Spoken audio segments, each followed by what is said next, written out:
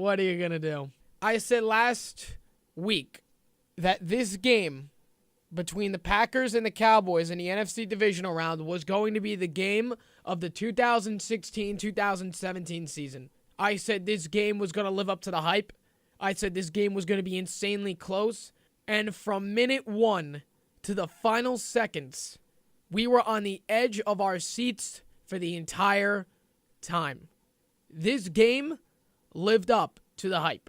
As a Dallas fan, I am disappointed. It was a disappointing season because of what happened last night, but we'll get into that later. The one thing that went wrong for Dallas last night was wrong place, wrong time. For the 8th week in a row, Aaron Rodgers put the pack on his back again. Only Aaron Rodgers could have won that game last night. 28 for 43, 356 yards, 2 touchdowns. Keep in mind, he did this with no Jordy Nelson, no running game. The defense disappeared in the second half, especially in the fourth quarter. And with his back against the wall, Aaron Rodgers put the pack on his back and are heading to Atlanta for the NFC Championship game. What an outstanding football game yesterday. And you have to credit Aaron Rodgers for this. You have to give this guy some credit. Aaron Rodgers, for the 8th week in a row, has proven that he is elite, he is dominant, and he is turning into a legend. And the last 8 weeks proved it, and especially the last 2 weeks, where he took apart the biggest defense, dominated the New York Giants. And last night, when the Cowboys staged an unbelievable comeback, the only person on God's green earth that could have shut it down was Aaron Rodgers. And that is exactly what he did. Lesson learned.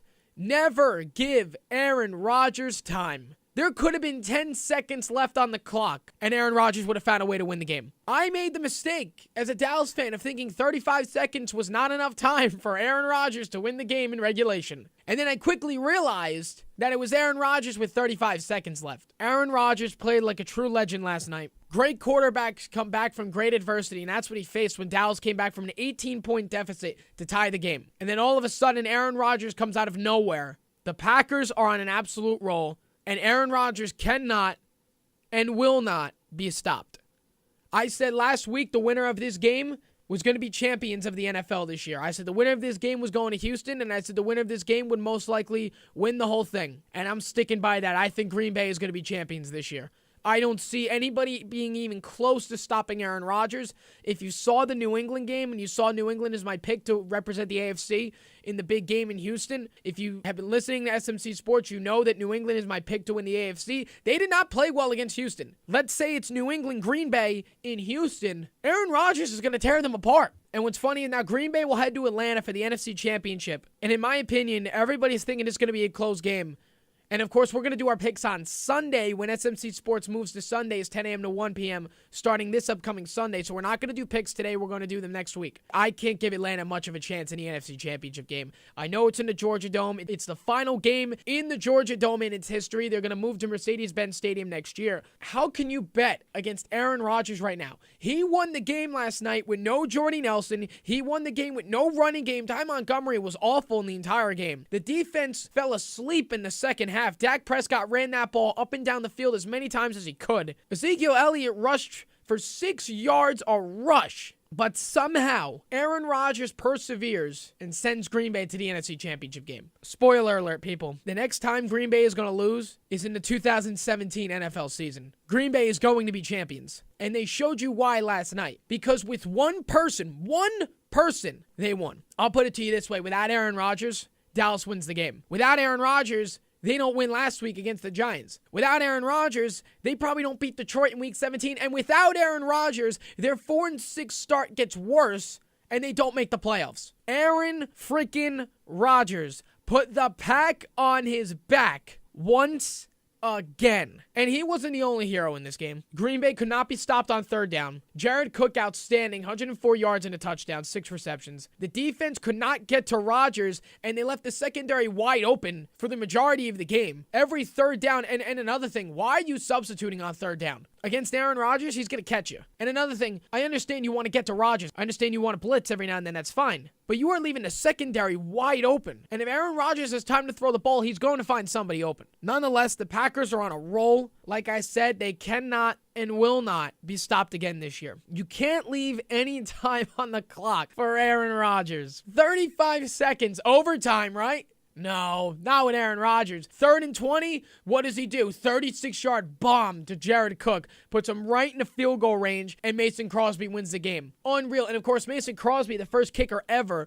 to kick 2 50-plus yard field goals in a playoff game in the final 2 minutes. Outstanding. You can't sit here as a Dallas fan and make excuses. Was the officiating bad? Of course. There were a lot of calls yesterday that I didn't know made any sense. Somebody who's in a huddle but isn't in the play, that's a 15-yard penalty. I never heard of that before. There were some pass interference calls that should have been made. There were some holding calls that should have been made. But nonetheless, the Dallas did come back and tie the game despite all that. So you can't blame the officiating that much for Dallas losing last night. Was the officiating bad? Of course. It was horrific. Probably the worst I've seen. But despite that, they came back and tied the game. So you can't blame the officiating that much. And I'm going to explain why you shouldn't blame the rookies on the other side of the break either, because the rookies played like a bunch of pros last night. The rookies who you thought were going to play like rookies and Dallas' season were not the problem last night. Sean Martin, the host of Upon Further Review, starting Fridays once again, 1 to 4 p.m. right here on WMSC-FM and InsideTheStar.com staff writer. Sean, I know it hurts this morning, but how you feeling? Better than I thought, actually, and it's good to be here, Sean. I feel a lot. You know what? After we let it sink in, Sean, as Dallas fans, and we realized there wasn't much we could do at the end. No. You know what? Now that we look back at it, the rookies, they played outstanding. And I just said it as well. You have to put Aaron Rodgers on a pedestal. Without him, they don't win this game. They don't win last week. They're not in the playoffs. Mm-hmm. And because of him, they're going to be champions this year. Here's a hot take to start the show. He might be the greatest quarterback of all time. I might have to agree. Screw the resumes. I mean, he's going to get another Super Bowl here potentially, but right. I mean, that's always been a team achievement. Yes, I agree with the whole, if you never win one, it's tough to be considered the greatest of all time. And, that's what Dan Marino and all those guys. But what he means for a team, what he does at the quarterback position, Aaron Rodgers might be the best we've ever seen. You know what, Sean? You're absolutely right. And honestly, who takes a team from a 4-6 start to an NFC championship game that you're probably going to win? Oh, they're not going to win. You don't think so? After watching what Des Bryant was able to do to that secondary, now they have to cover Julio and all the other guys that the Falcons have. It's going to be a high-scoring game. Right, but I agree with that. But what happened next? Well, I get it. Like Dez, Dak, Zeke, they took apart the Green Bay defense. The Packers offense, was able to make some plays, and I don't think it's going to be as high-scoring as people are expecting. Obviously, people are going to say this game will be a shootout. You're going to see points. I'm not denying that, but I think in the end, playing at home, the Falcons will find a way. I think Green Bay is going to shut down Atlanta. Any other quarterback,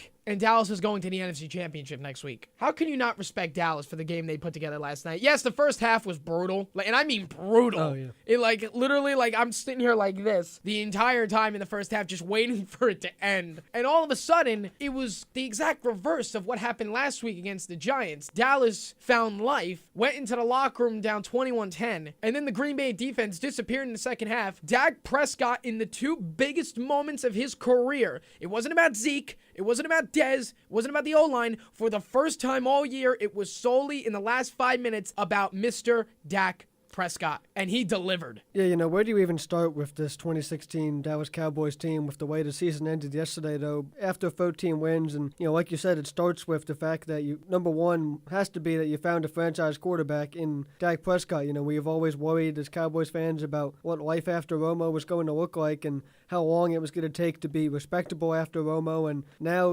miraculously, with this 4th-round kid out of Mississippi State who has just such a good story, he's such an easy guy to root for, he's become the franchise quarterback. There's no doubt that he's established himself as such, and that should have, obviously, every Cowboys fan, jumping up and down. There's no excuses now to really not win with a young franchise QB like Prescott, a stud running back in Ezekiel Elliott, the best and youngest offensive line in the NFL, Des Bryant as your number one wide receiver, and then piecing things together on defense. So there's a lot to talk about as far as how good this team can get moving forward.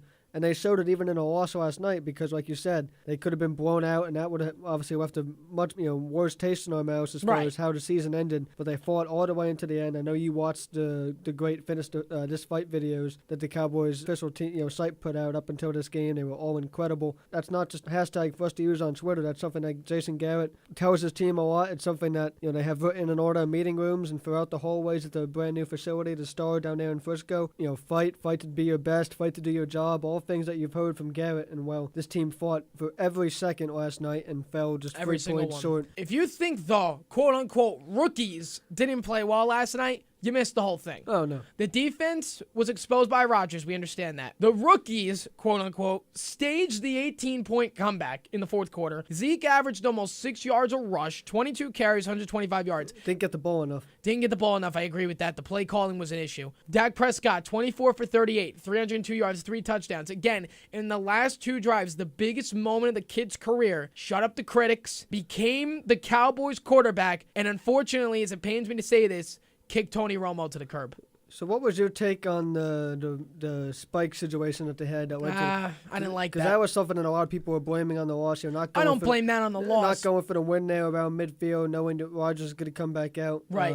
I don't blame that on the loss necessarily, but you have to know that you have 1 timeout left. You want to save the timeout if you can, but I would have still tried to run a play. And I would have tried to run at least one more play. I'm trying to win that game. I'm trying to win that game with my offense on the field. Right. Because I don't know if you were thinking it right away, but silly old me forgot that if you put Aaron Rodgers on the field at his own 9 with 9 seconds left, he's still going to go win the game. I mean, I was certainly nervous, and then, when they got a couple incomplete passes to start, and they were getting some pressure finally, and a little bit there at the end, David Irving was doing some things. Right. It certainly looked like they could get a stop and turn it around, but 3rd and 20 and... Yeah, 3rd and 20, you're finally breathing. You can't cover. 3rd and 20, you're like, you know what, this is good. 3rd and 20, why did he just throw 36 yards, and why are they in field goal range, and why did they just win the game? How did this happen? And I thought he missed a kick, because it was right down... I thought he missed the kick, It was right too. at the goalpost. Literally, because it started out going out, in, and I screamed he missed it, and then it came back in, and as soon as that happened, I just go, God hates all of us.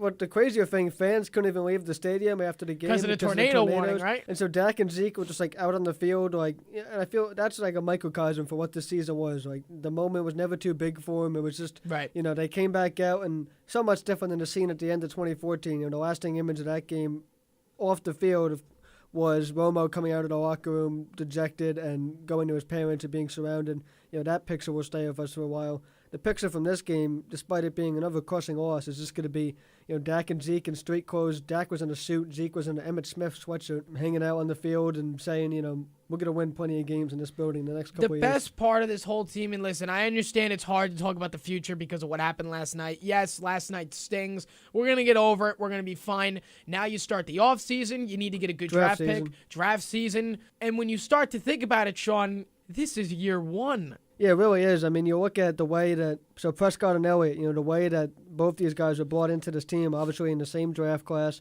in a 2016 draft class that has a chance to be really the greatest ever in Cowboys history. I mean, you're going to have Jalen Smith hopefully on the field next year as a star linebacker to help the defense.